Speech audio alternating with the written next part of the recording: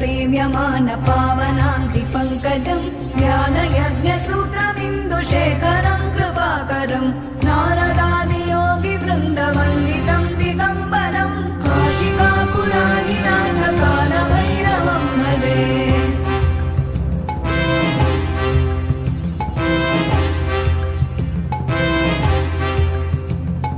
भानुकोटिभास्वरं भवाब्धितारकं परं नीलकण्ठमीप्सितार्थदायकं त्रिलोचनं कालकालमम्बुजाक्षमक्षशूलमक्षरं काशिकापुराधिनाथ कालभैरवं भजे।